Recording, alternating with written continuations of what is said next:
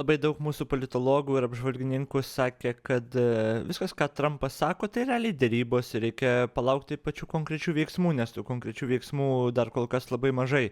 Ar iš vis nėra? Na, šiąnakt tai pasikeitė. Trumpas stabdo karinę JAV pagalbą Ukrainai.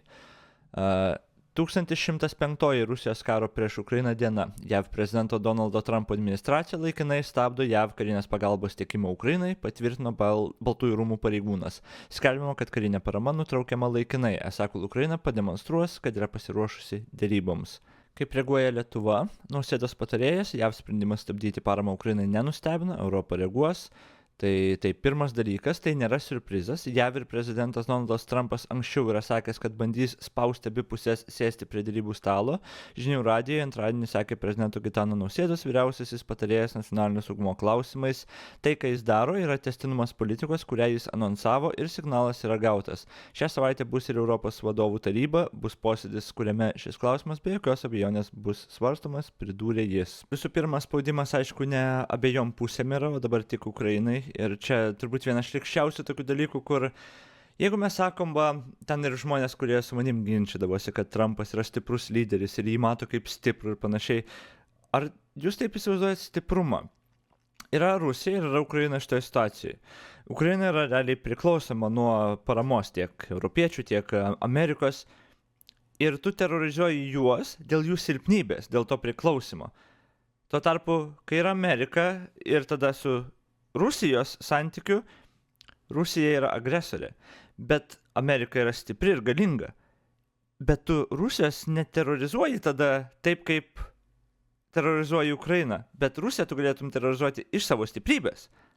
Pavyzdžiui, mes turim ginklų, mes turim stiprią ekonomiką, mes jūs galim sunaikinti, eikit prie derybų stalo ir darykit koncesijas. Čia būtų iš stiprybės pozicijos, tu naudojasi stiprybės savo, kad pasiektum rezultatą kažkokį, uždėtum spaudimą, bet to Trumpas nedaro, to Amerika nedaro. Tai tas pasakymas abi pusės spaudžia, dabar Amerika spaudžia silpnąją pusę, kuri yra priklausoma ir spaudžia ją dėl jos silpnybės, o ne naudoja savo jėgą, savo stiprybę, kad spaustų Rusiją. Priešingai, nuo Rusijos sankcijas nuiminėti ketina, ar jau pradėjo darbus, kad nuimti ir sušvelninti, sustabdė kibernetinės operacijas prieš Rusiją. Kaip sakant, daro visai nemažai dalykų, kad parodyti pasauliui, kad taip kaip jie derisi, tai tiesiog puikiai sutampa su Kremliaus visais naratyvais. Ir Kremlius beje tam visiškai pritarė. Kremlius jau viešai parašė ir paskelbė, kad mums net nieko daryti nereikia. Mes galim retransliuoti tai, ką Amerika sako ir daro, ir tai tiesiog patvirtina mūsų visiems žiūrovams ir ten gyventojams, kad mes buvom teisūs, Zelenskis iš tikrųjų yra pridurkas, kur ten gyvulys ir tiesiog tai Amerika vykdo vienas prie vieno dabar Putino ir Kremliaus naratyvus ir čia, dabar jau ir mūsų politologai turbūt šiek tiek atsimerkia ir tą gali matyti. Nes man tikrai nepatiko, kiek ilgai ir Lietuva, ir Nausėda, ir Budrys, ir vėl analitikai, politologai tiesiog duoda Trumpui tą benefit of the doubt, kad gal čia nėra taip blogai, jūs turite žinot, kas yra Trumpas, jūs kaip politologai, jūs turėjot domėtis, jūs žinojot, kad jis jau šantažavo Zelenskį, jam už tai apkalta buvo, jūs žinojot, kad jis perversmą organizavo, jūs visą tą žinojot, kad 6 mėnesiam paramą jau stabdė, kai neprileido per Mike Johnsoną dėl balsavimo iki Senato ar Kongreso, nepamenu dabar ten tiksliai. Tai visą tą žinojom ir vis tiek duodam tą benefit of the doubt Trumpui, kurio visiškai nenusipelnė. Tai dabar tikiuosi šiek tiek bus gal pozicijos bent jau šiftas, nes jis privalės būti Lietuvoje, nes šitie sprendimai jau labai labai aiškiai liečia ir lietuvius, ir Lietuvą, ir aišku, ir Europą, ir pasaulį, ir pačią Ameriką. Ir tas dalykas, kad Amerikoje kas vyks, ar kažkas vyks, aš vilčių neturiu daug, čia tas pats jaučiu kaip tikėtis, kad Rusijai prasidės žmonių perversmai ten ir protestai ir nuvers valdžią, čia tiesiog absurdas būtų.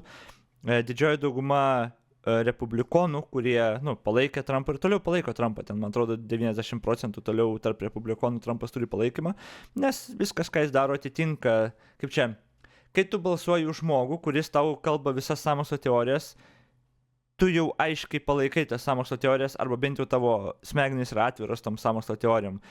Tai kai dabar pasakoja, kad ten Zelenskis diktatorius, jie jau yra tą girdėję, tie republikonai jau yra tą girdėję iš Tuckerio Carlsono ar kitų propagandinių naujienų šaltinių, kurie klausė jau labai ilgą laiką.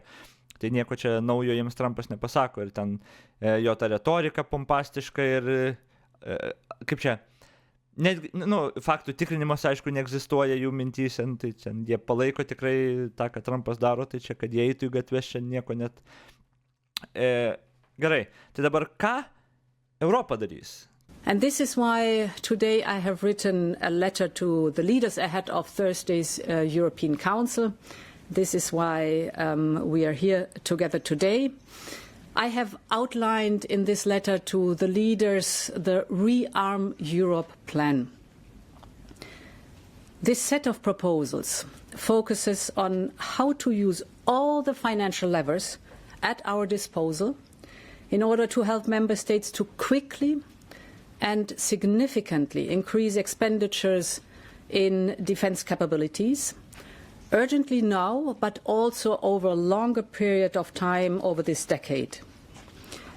Nauja Europos gynybos industrijos padidinimo ir planai gali pasiekti 800 milijardų eurų.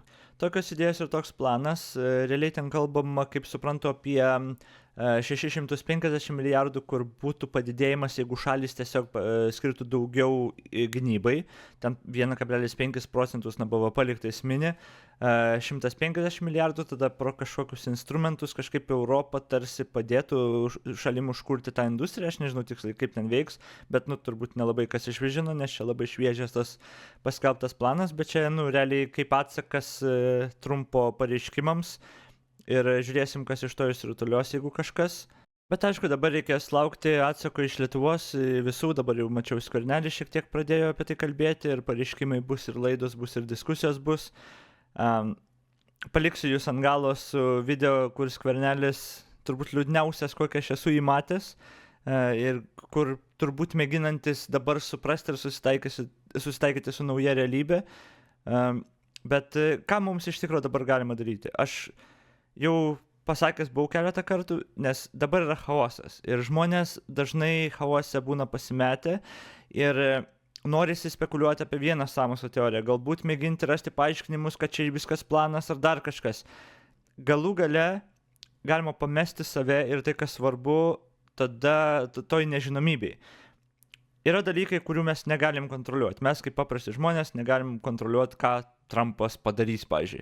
Tiesiog negalim. Lygiai taip pat mes negalim kontroliuoti, ar jis pakeis nuomonę, ar kažkas kitas Lietuvoje pakeis nuomonę. Ką mes galim padaryti ir kaip aš manau, ką mes turėtumėm daryti, tai pirma, mėgautis gyvenimu, kas yra svarbu, tiesiog nepamiršti to, kad gyvenimas vis dar yra gan stabilus ir geras, bent jau tas praktiškas ir fizinis. Ir aišku, greičiausiai kažkada pakils kainos ar pakils mokesčiai, tai bus neišvengiama. Bet reikia rasti vis tiek dalykus, mėgautis gyvenimu, kad išlikti kažkiek psichiškai sveikais. Bet tada turim daryti tai, kas nuo mūsų priklauso. Tai kaip mes elgiamės ir kaip mes reaguojame ir kaip elgiamės su savo aplinką. Tai, pavyzdžiui, visų pirma, kaip mes elgiamės, ką mes galim kontroliuoti, reikia edukuoti save. Demokratija veikia tik, kai informuotas yra elektoratas ir kai jis yra gan protingas. Tai pirma pradėkim nuo savęs, edukuokim save, kad būtumėm kuo protingesni. Mokykime apie logikos klaidas, mokykime apie argumentacinės klaidas, bent pagrindinius principus, kad kai artėja sekantis rinkimai, mes kaip žmonės galėtumėm daug lengviau atpažinti, kas mums meluoja, kas nuoširdžiai atsako į klausimus ir kas turi kažkokį planą, kas jo neturi. Socdemai buvo išrinkti ir jų rinkiminė kampanija buvo labai labai tragiška. Tai buvo melai, neatsakomi klausimai ir žmonės to nesuprato. Tai turi pasikeisti. Mes turim suprasti, kaip visi turi suprasti, kada politikai akivaizdžiai meluoja arba bent jau neatsako į klausimą. Visų pirma, kai mes priversim politikus atsakyti klausimus, tada mes galėsim palyginti, kurie atsakymai yra geresni. Bet pirmas žingsnis, tai jo pradam nuo savęs, edukuojam save, kad politikai turėtų mažiau galios, manipuliatyviai, neatsakant į klausimus, būti išrinkti ir tada mes turim spėlioti, kokia dabar vis dėlto bus pozicija, ar kas eis į premjerus, ar kas neis. Tai yra nesąmonė, to neturi būti. Tai visų pirma, ką daryti, mėgavomės gyvenimu, kada galim, kiek galim, ir tada pradam nuo savęs, edukuodami save. Tada sekantis ir labai svarbus iš tikrųjų dalykas, kai mes jau tą padarom, pamėginti padaryti įtaką savo aplinkai. Tai duoti argumentų, kad ir savo tėvams. Ir tie argumentai turi būti gan griežti ir teisingi, kad galų gale jie galbūt nuomonės nepakeis, bet galbūt susilaikys nuo balsavimo bent jau vienus rinkimus prieš kažkokius psichus, kurie rieks, kad reikia vis dėlto su Rusija tartis. Ten galų gale, jeigu netikalbintumėm bent vieną kažkokį draugą ar pažįstamą, kad vis dėlto politika nėra taip neįdomu ir taip tūpa ir vis dėlto reiktų eiti prabalsuoti arba bent jau porą valandų skirti pasidomėti ir tada prabalsuoti ateinančiose rinkimuose. Čia yra, ką mes galim padaryti, tai mes galim įtakoti mūsų veiksmus. Tada ar tie žmonės paklausys, ar kažkas pasikeis, mes to galų gale jau per individualiai mes to negalim padaryti, bet bent jau būsim tą teisingą kovą kariavę, tai edukavę save ir savo aplinką ir tai viskas, ką mes galim kontroliuoti. O dabar palieku video su, kaip žadėjau, Skverneliu, kuris taikosi su nauja realybė ir žiūrėsim, kas bus ateityje. Pakavirinsiu, kaip tik ateis kažkokios naujienos, nes dabar labai šviežia viskas ir dar nėra visų atsakai vieši.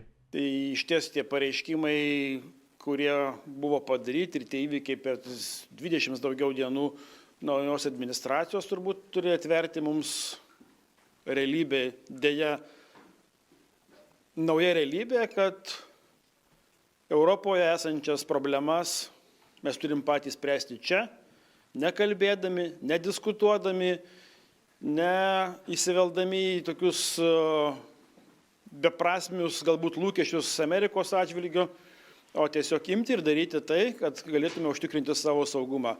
Matom, dėja tenka konstatuoti faktą, kad pasikliauti tuo strateginiu partneriu ateityje gali būti vis sunkiau ir sunkiau, tiesiog, kad matyti Jungtinių valstijų yra kiti prioritetai ir labai gaila, kad tie prioritetai, kurie yra, jie susiję ir su, matyt, gerų santykių atkūrimu su Rusija, apverčiant pasaulio tvarką atvirkščiai, kad auka yra kaltinama dėl to, kad jinai yra auka, o agresorius bandomas legitimizuoti ir dar už tą legitimizavimą duodama beveik 20% Ukrainos teritorijos. Ir visi kiti veiksmai, kuriuos mes dabar matome, dėja atveria, matyt, kaip jūs sakau, visiems politikams turėtų atverti akis, kad mes turim patys čia šitam regione rūpinti savo saugumu, tai Europa turi spręsti pati savo klausimus, dar daugiau. Aš manau, kad mes turime ne tik tai kalbėti, bet pradėti daryti žingsnius, sakau, išreiškiu čia savo nuomonę, nėra nesuderinta su galbūt kitomis valdžios institucijomis. Mes turime kalbėti apie saugumo sutartis tiek dvišalės, tiek regioninės, būtent saugumo sutartis, kad būtų galima reaguoti valstybėms, išeinant iš formatų tų kolektyvinio saugumo formatų, kurie yra seni, tvirti, bet šiandien ar jie tikrai bus veiksmingi, kiekvienas galim turbūt pasidaryti patys išvadas. Tai aš kalbu apie pirmiausiai Baltijos visas valstybės, kurios supa Baltijos jūrą, kurios gali, kurios nori, kurios turi tikrai tvirtą poziciją, kalbėti apie regioninius gynybos susitarimus, kad mes tiesiog neliktume vieni, kaip jau kažkada buvom likę.